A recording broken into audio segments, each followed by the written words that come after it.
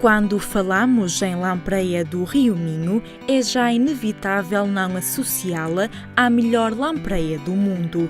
Este ciclóstomo de água doce é pescado de forma artesanal e genuína.